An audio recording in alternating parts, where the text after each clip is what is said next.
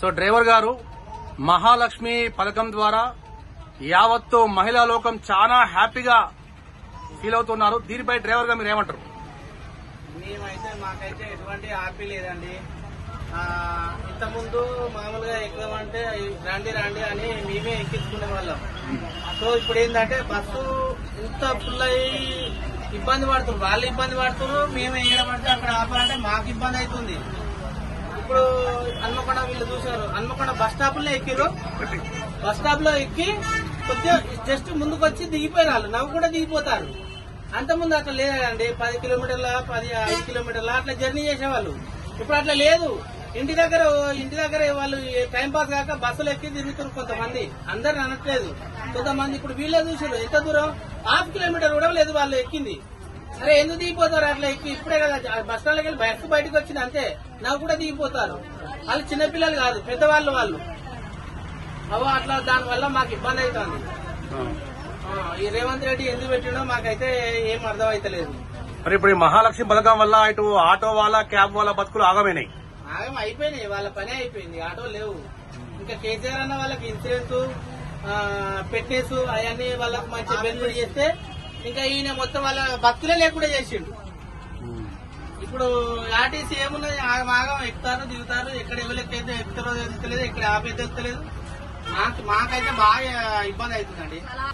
ఏంటంటే ఒక 30-40 రూపాయల ఛార్జ్ చూసుకుని సంతోషపడేది ఏం లేదు. ఇది ఎవరి మీద పడితే భారం, మళ్ళీ ఎవరు రేవంత్ రెడ్డి మీద వేసుకుంటాడా?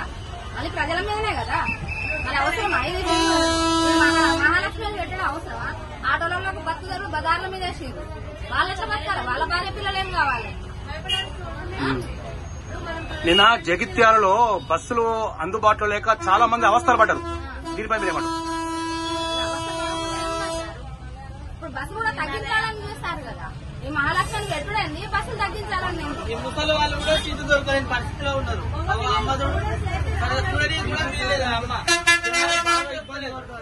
హలో రేవంత్ అన్న, నమస్కారం. నీకు దయచేసి ఈ పథకం తీసేసే, కావాల్సి మాకు ఏదన్నా సాయం చేయండి ఆడోళ్ళని.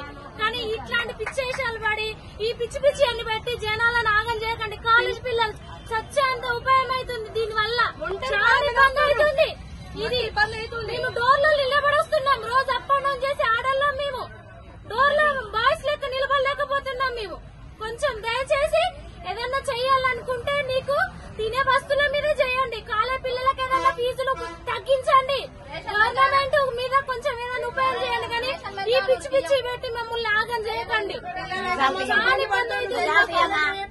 రేవంత్ రెడ్డి అన్న, నువ్వేమనుకోకు. సారీ, నేను చెప్తున్నా.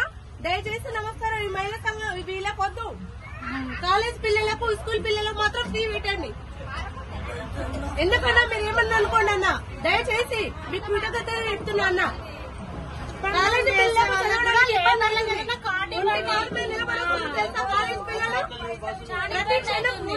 నిలబడొస్తున్నారు ఈ మహిళ చేయంగా, డోర్లో నిలబడొస్తున్నాం రోజు. అంత అవసరం మాట్లాడింది. ఒక 10 నిమిషాలు నిలబడి నిన్న ఒక ఆడపిల్ల బస్సు అందుబాటులో లేక ఏడుస్తుంది. మరి అవసరం అన్న ఇది? ఇట్లాంటి ఫ్రీ కాల్స్ వద్దు, ఇది వద్దు అన్న. దయచేసి రేవంత్ అన్న, ఇది వద్దు, ఈ పథకం వద్దు. పప్పుల మీద పెట్టండి అది పథకం. అదే తినే వస్తువుల మీద, నిత్య వస్తువుల మీద, పిల్లల కాలేజ్ మీద, పిల్లల స్టూడెంట్స్ మీద పెట్టండి. రేవంత్ రెడ్డి అన్న నమస్కారం. దయచేసి ఏమనుకోకండి, స్టూడెంట్ పిల్లలకు మాత్రం, కాలేజ్ పిల్లలకు మాత్రం పెట్టండి ఈ పథకాలు అన్న. దయచేసి ఆడవాళ్ళు మాత్రం ఇబ్బంది పెట్టకండి. తల్లికి పిల్లకి తల్లి కాకుండా అయిపోతుంది. దయచేసి తినే నిత్య వస్తువుల మీద మాత్రం తగ్గించండి మీరు. రేవంత్ రెడ్డి మహాలక్ష్మి పథకం వల్ల ఎన్నో అన్యాయాలు జరుగుతున్నాయి. టాక్సీ వాళ్ళకు, ఆటో వాళ్ళకు. ఆటో వాళ్ళు రోజు పూట గడవని దీన స్థితిలో ఉన్నారు. వారి కాబోయే రోజులలో ఇంకా అన్యాయంగా దొంగతనాలకు, మరి వేరే వ్యసనాలకు ఏర్పడి ప్రభుత్వం మీద భారం కాబోతున్నారు. వారిని ఏ రకంగానైనా ఆటో డ్రైవర్లను, టాక్సీ డ్రైవర్లను, మిగతా డ్రైవర్లను అందరినీ ఆదుకోవాల్సిన విజ్ఞత రేవంత్ రెడ్డికి ఉన్నది అని నేను ఒకసారి మరి విన్నవిస్తున్నా. మహాలక్ష్మి పదం వల్ల ఒక ఆడవాళ్ళకే న్యాయం జరుగుతుందని కాదు, ఆడవాళ్ళు కూడా మా సోదరులే, వాళ్ళు మా తోటి మహిళలే, వాళ్ళు మా అక్కలే, మా చెల్లెలే. కానీ జరగబోయే రోజులలో ఆటో డ్రైవర్లకు ఎంతమంది, ఎన్ని వేలాది మంది ఉన్నారు, టాక్సీ డ్రైవర్లు ఎంత వేలాది మంది ఉన్నారు. మా వల్ల గవర్నమెంట్కి ఎంత డీజిల్ వల్ల, టాక్సీ వల్ల, టైర్ల వల్ల ఎంత ఆదాయం చేస్తున్నాం. మేము ఒక వెహికల్ కొంటే కొంత లక్షలలో మీకు ఆదాయం వస్తుంది. ఆ ఆదాయం వల్ల గవర్నమెంట్ బాగుపడుతుంది. కానీ ఈ రోజు మేము రోడ్డెక్కి అన్యాయం జరుగుతుంది మాకు. దానివల్ల మీరు ఏం స్పందించబోతున్నారు? రాబోయే రోజుల్లో దాని స్థితిగతులు ఏంటి? మేము మాలాంటి వాళ్ళు రోడ్డు మీదకి వస్తే రేపు మీ ప్రభుత్వం కోల్పోతుంది. మేము ఎంత డీజిల్ ఒక్కొక్క లీటర్ మేము 40% వస్తుంది. అంటే ఒక 20 లీటర్లు వాడుతుంది ఒక టాక్సీ డ్రైవర్, మీకు 400 రూపాయలు అదనంగా వస్తుంది. ఒక టాక్సీ డ్రైవర్ ఒక ఇన్సూరెన్స్ కడితే మీకు అదనంగా దానివల్ల భారం వస్తుంది. కాబట్టి మేము అన్యాయం జరుగుతుంది. మాకు రాబోయే రోజుల్లో ఈ అన్యాయం గురించి చర్చించాలి. దీన్ని మీరు ఆదుకోవాలి. ప్రభుత్వాలు ఖండించాలని కోరుతూ రేవంత్ రెడ్డి మీకు కావాలి టాక్సీ డ్రైవర్, ఆటో డ్రైవర్లం కాంగ్రెస్ ఓటేయన్నా మనం విజ్ఞప్తిగా చెప్పినాము. దానికి మీరు ఏం స్పందిస్తారు? మీరే పూర్తి బాధ్యత తీసుకొని ఈ టాక్సీ డ్రైవర్లకు, ఆటో డ్రైవర్లు ఆదుకోవాలని విజ్ఞప్తి చేస్తున్నాం.